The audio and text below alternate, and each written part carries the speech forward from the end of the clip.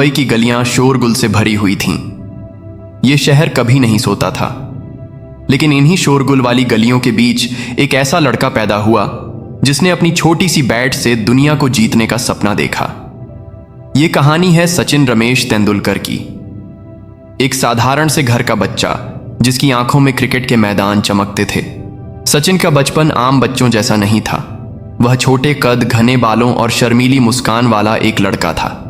लेकिन जब वह क्रिकेट बैट हाथ में लेता तो वह मासूम लड़का एक योद्धा बन जाता।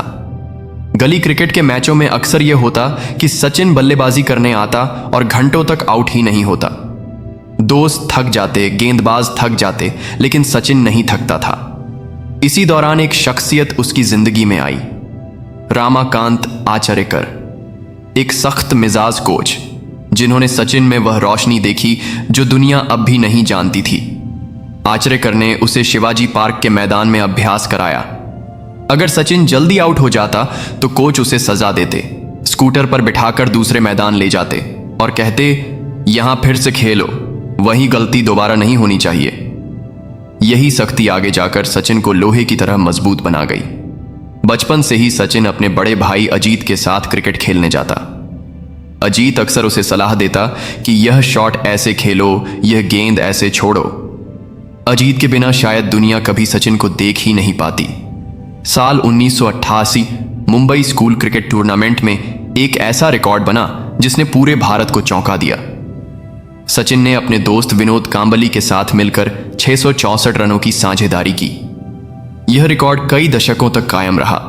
अखबारों में अगले दिन यही हेडलाइन थी, मुंबई ने एक नया स्टार पैदा कर दिया है। सिर्फ 15 साल की उम्र में सचिन ने घरेलू क्रिकेट में अपना जलवा दिखा दिया। फिर आया वह पल जिसने सब बदल दिया, अंतरराष्ट्रीय डेब्यू। साल 1929, जगह पाकिस्तान, उम्र केवल 16 साल।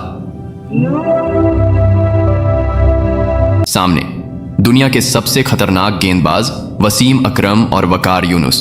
सबने सोचा यह बच्चा ज्यादा देर नहीं टिक पाएगा, लेकिन सचिन ने गेंद पर नजरें जमाई, डर को दिल से निकाला और गेंद को बल्ले से जोड़ दिया। वह शॉट भले ही छोटा था, लेकिन उसके पीछे एक बड़े सपने की ताकत थी। इसी सीरीज में एक पल आया जब वकार यूनुस की तेज गेंद सीधे सचिन की नाक पर लगी। खून बहने लगा, पूरा मैदान थम गया, लेकिन सचिन ने फिजियो को हटाया, बैट उठाया और कहा, मैं खेलना चाहता हूं।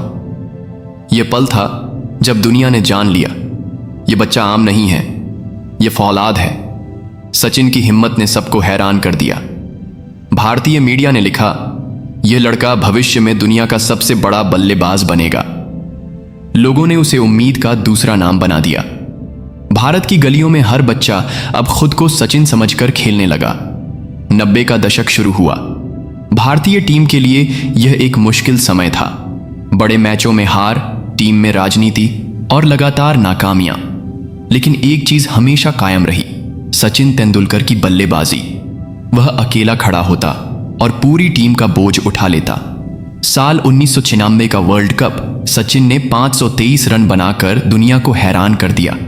लेकिन जब सेमीफाइनल में भारत हारा तो कोलकाता स्टेडियम में दर्शकों ने आंसुओं के साथ मशालें जला दी। लोगों को दुख था कि टीम हार गई, लेकिन उनकी जुबान पर सिर्फ एक ही नाम था, सचिन। फिर आया 1999, शारजाह में ऑस्ट्रेलिया के खिलाफ मैच। रेगिस्तान की हवा चल रही थी और रेत का तूफान सबको ढक चुका था। लेकिन उस रात एक और तूफान उठा, सचिन तेंदुलकर का। उसने ऑस्ट्रेलिया के खिलाफ लगातार 2 शतक बनाए। ऑस्ट्रेलियाई गेंदबाज जैसे ग्लेन मैकग्रा और शेन वॉर्न बेबस नजर आए। वॉर्न ने बाद में कहा, मेरे सपनों में मुझे सचिन आउट करता था। वह मैच क्रिकेट के इतिहास में डेजर्ट स्टॉर्म के नाम से याद किया जाता है। उस पल के बाद सचिन सिर्फ एक खिलाड़ी नहीं रहा, वह एक जुनून बन गया। स्कूल के बच्चे उसके शॉट्स की नकल करते, घरों में उसके मैच देखने के लिए लोग बिजली जाने पर भी विरोध करते। भारत के हर घर में सचिन का मतलब था उम्मीद। क्रिकेट के मैदान में जब सचिन बल्लेबाजी के लिए आता तो सिर्फ एक स्टेडियम नहीं, पूरा देश सांस रोक लेता। करोड़ों आंखें उसकी तरफ देखती थीं। हर गेंद के साथ उम्मीदें जुड़ी होतीं। यह कोई साधारण दबाव नहीं था, यह 1 अरब सपनों का बोझ था। 90 के दशक में भारतीय टीम के मैच अक्सर एक ही वाक्य पर खत्म होते, अगर सचिन खेल गया तो भारत जीतेगा, अगर सचिन आउट हो गया तो भारत हार जाएगा। इतना दबाव शायद दुनिया के किसी और बल्लेबाज ने कभी महसूस नहीं किया होगा। साल 1996 का वर्ल्ड कप सचिन पूरे टूर्नामेंट में शानदार फॉर्म में रहा। सबने सोचा यह भारत का वर्ल्ड कप होगा। कोलकाता में सेमीफाइनल स्टेडियम दर्शकों से भरा हुआ, मगर जब सचिन आउट हुआ तो मैदान में सन्नाटा छा गया। उसके बाद टीम पूरी तरह बिखर गई। दर्शकों ने बोतलें और पत्थर फेंकने शुरू कर दिए। मैच रोकना पड़ा। उस दिन देश ने पहली बार समझा कि अगर सचिन असफल हुआ तो पूरा देश टूट जाता है। 1999 वर्ल्ड कप में सचिन की मां का निधन हो गया। वह टीम छोड़कर भारत लौट आया। सबने सोचा शायद वह टूर्नामेंट नहीं खेलेगा, मगर कुछ दिनों बाद वह वापस आया और जिम्बाब्वे के खिलाफ शतक जड़ा। आंखों में आंसू थे, मगर बैट उसकी सबसे बड़ी जुबान थी। कमेंटेटर्स ने कहा, यह सिर्फ एक पारी नहीं, यह बेटे का अपनी मां को श्रद्धांजलि है। मगर हर बार सचिन का शतक भारत को जीत नहीं दिला पाता था। टीम पर दबाव बढ़ता और आलोचना सिर्फ सचिन पर होती। लोग कहते, वह अपनी विकेट बचाता है मगर मैच नहीं जिताता। यह वाक्य सचिन के लिए खंजर जैसा था। साल 2003 का वर्ल्ड कप सचिन ने पूरे टूर्नामेंट में सबसे ज्यादा रन बनाए। पाकिस्तान के खिलाफ उसकी 98 रनों की पारी आज भी यादगार है, जब उसने शोएब अख्तर को बैकफुट पर छक्का मारा। मगर फाइनल में भारत हार गया। 1 अरब लोग मायूस हुए। सबकी नजरें फिर एक बार सचिन पर थीं। वह जीत के करीब ले गया, मगर मंजिल तक टीम न पहुंच सकी। दबाव सिर्फ मैदान में नहीं था, मैदान के बाहर भी था। मीडिया उसकी हर हरकत पर नजर रखता। अगर सचिन चुप रहता तो कहा जाता कि वह घमंडी है।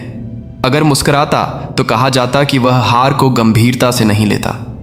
वह जीते या हारे, आलोचना कभी कम ना हुई। चोटों ने भी उस पर वार किए। कोहनी की चोट, पीठ का दर्द, उंगलियों की समस्याएं। हर बार सवाल उठते, क्या यह उसका अंत है? क्या लीजेंड का सूरज डूब रहा है? मगर सचिन ने हार नहीं मानी। वह दिन रात अभ्यास करता, दर्द के बावजूद मैदान में उतरता। उसका कहना था, अगर मैं अपने देश के लिए खेल रहा हूं तो मुझे तकलीफ सहनी होगी। यही वो पल थे जब सचिन इंसान से ऊपर उठकर एक प्रतीक बन गया। हर हार, हर नाकामी उसकी कहानी में एक नया अध्याय जोड़ देती। वह लड़खड़ाता जरूर था, मगर गिरता कभी नहीं था। क्रिकेट की दुनिया में शायद ही किसी ने इतना दबाव झेला हो जितना सचिन ने, मगर इस दबाव ने उसे तोड़ा नहीं, बल्कि और निखारा। वह एक हीरो से मास्टर ब्लास्टर बन गया। हर महान खिलाड़ी की कहानी में एक समय ऐसा आता है जब लोग कहते हैं, अब बस यह खत्म हो गया। सचिन तेंदुलकर के साथ भी ऐसा ही हुआ। चोटें, आलोचना और लगातार दबाव ने दुनिया को यकीन दिला दिया कि शायद यह लीजेंड अब पुरानी ताकत नहीं दिखा पाएगा। लेकिन सचिन की कहानी यहीं से मोड़ लेती है, गिरने के बाद दोबारा उठने की कहानी। साल 2007, भारतीय टीम वर्ल्ड कप के पहले ही द्वार से बाहर हो गई। पूरा देश गुस्से में था। सचिन पर सवाल उठे कि क्या वह अब टीम के लिए बोझ बन गया है। लोग कहते थे, वह अपनी पुरानी चमक खो चुका है। मीडिया में बहस होने लगी कि सचिन को रिटायर हो जाना चाहिए। यह एक लीजेंड के लिए सबसे कठिन पल था, लेकिन सचिन ने चुप्पी को ही जवाब बनाया। उसने मैचों में नहीं, बल्कि अभ्यास नेट्स में अपना उत्तर तैयार किया। वह घंटों मेहनत करता, गेंद के हर कोण पर काम करता। उसकी आंखों में फिर वही भूख नजर आने लगी जो बचपन में थी।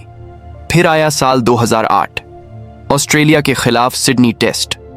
पूरा देश इस सीरीज को सिडनी ड्रामा के नाम से याद करता है। सचिन ने ऐसी बल्लेबाजी की कि आलोचक भी चुप हो गए।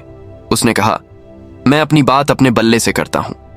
उसी साल इंग्लैंड के खिलाफ चेन्नई टेस्ट में जब मुंबई पर आतंकी हमले हुए थे, भारत के लोग गम में डूबे थे। लेकिन सचिन ने चौथी पारी में नाबाद शतक बनाकर भारत को जीत दिलाई। मैच के बाद उसने कहा, यह उन सब लोगों के लिए है जिन्होंने इन हमलों में अपनी जान गंवा दी। वह सिर्फ क्रिकेटर नहीं रहा, बल्कि राष्ट्र का मरहम बन गया। 2009 और 2010 सचिन के लिए सुनहरे साल साबित हुए। हर मैच में वह ऐसे खेलता जैसे यह उसकी आखिरी पारी हो। फिर आया वह पल जिसने क्रिकेट का इतिहास बदल दिया। 24 फरवरी 2010, ग्वालियर। सचिन तेंदुलकर दुनिया के पहले बल्लेबाज बने जिन्होंने वनडे में 200 नॉट आउट बनाया। पूरा स्टेडियम खड़ा होकर तालियां बजा रहा था। कमेंटेटर की आवाज आज भी गूंजती है, the first man on the planet to score a double 100 in ODIs, Sachin Tendulkar. यह वह पल था जब आलोचक हमेशा के लिए खामोश हो गए। लेकिन सचिन की कहानी सिर्फ रनों और रिकॉर्ड्स की नहीं, बल्कि महान गेंदबाजों के खिलाफ जंग की भी है। शेन वॉर्न, ऑस्ट्रेलिया के स्पिन किंग, दुनिया उन्हें अजेय मानती थी, मगर सचिन ने वॉर्न को अपने स्ट्रोक्स से इस कदर खेला कि वॉर्न खुद कहने लगे, मेरे सपनों में सचिन मुझे आउट कर देता है।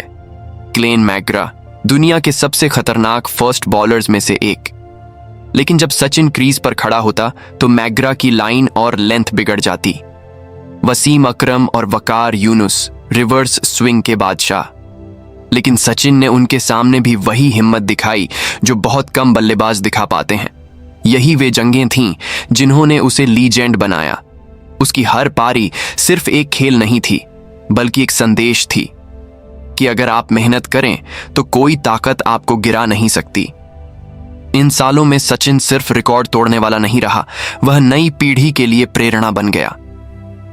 मुंबई के वानखेड़े स्टेडियम में उसका आखिरी टेस्ट खेला गया। जैसे ही सचिन ने आखिरी बार बल्ला हवा में उठाया, तालियों की गूंज कई मिनटों तक थमी नहीं।